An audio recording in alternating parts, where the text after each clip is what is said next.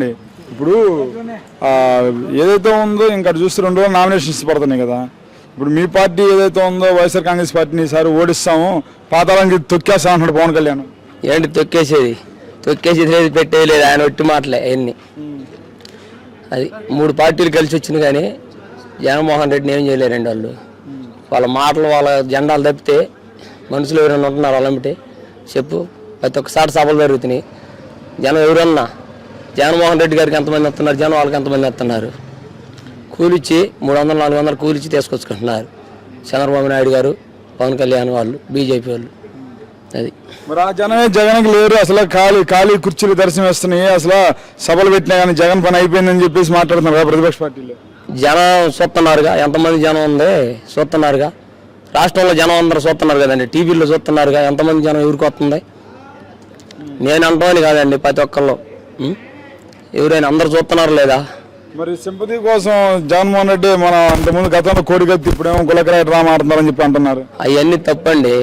ఒకళ్ళని మనం అట్లా అంటాం తప్పు. అది ఇప్పుడు ఎవరికోళ్ళు ఆయన రాళ్ళు వేసుకుంటాడు, పైన వేసుకుంటే ఆయనకి దెబ్బ తగిలిద్దిగా, రక్తం వద్దుగా. అవన్నీ ఎట్టి మాటలు. అది మరి ఇప్పుడు అటు చూసినట్లయితే ఇప్పుడు నానా పులి కథలు ఎన్నిసార్లు చెబుతావు. ఎలక్షన్ వచ్చినప్పుడు నీకు ఎందుకు దెబ్బని పవన్ కళ్యాణ్ అంటున్నారు కదా. ఎలక్షన్ వచ్చినప్పుడే కదండి జనంలో వాళ్ళని పంపించేది టీడీపీ వాళ్ళే కదండి. ఈ రాళ్ళు అవన్నీ వేయించింది. ఇప్పుడు కావాలని ఎవరైనా నేస్తారా? వీళ్ళు ఎవరు వేయరుగా, యువతల పార్టీ వాడు ఎవరు వేయరుగా, వేసిందే టీడీపీ వాళ్ళుగా. మరి ఇప్పుడు ఫైనల్ చివరిగా చెప్పండి, జగన్మోహన్ రెడ్డి గారు తన సొంత చెల్లెలు ఉంది కదా, మరి ఆమె కూడా జగన్ ఓట్లు వేద్దాం అంటుంది. జగన్కి ఓట్లు వేయొద్దంటే ఆమెకి ఆయనకి కుదరలేదండి. ఇంట్లో వ్యవహారంలో వాళ్ళకి అనేక సమస్యలు ఉంటాయి, అర్థమైందా. దానివల్ల ఇడిపోయారు అంతవరకు. వెళ్ళండి ఆమెకి ఈయనకి అసలు ఎలాంటి సంబంధం లేదు. అది దానికి ఆమెకి తేడా లేదు అసలు. వాళ్ళకి ఇలా సంబంధం లేదు. ఎవరి పార్టీ వాళ్ళదే, ఇబ్బంది ఏముంది.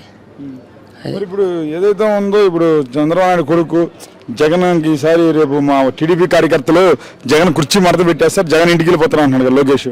ముందు ఆయన్ని మడత పెట్టుకొని కుర్చీలు ఏంది పడిపోయి వెళ్ళిపోతారు ఇంటికి. అందువల్ల ఆయన మాట అంటున్నాడు. ఆయనకి పిచ్చి పెట్టి అంత తప్పితే ఏం లేదు పాపం. అది వాళ్ళకి పిచ్చెక్కి జనం లేక సభల్లో వాళ్ళు, అందువల్ల వాళ్ళు ఆ మాట అంటున్నారు. అంత తప్పితే ఏం లేదండి.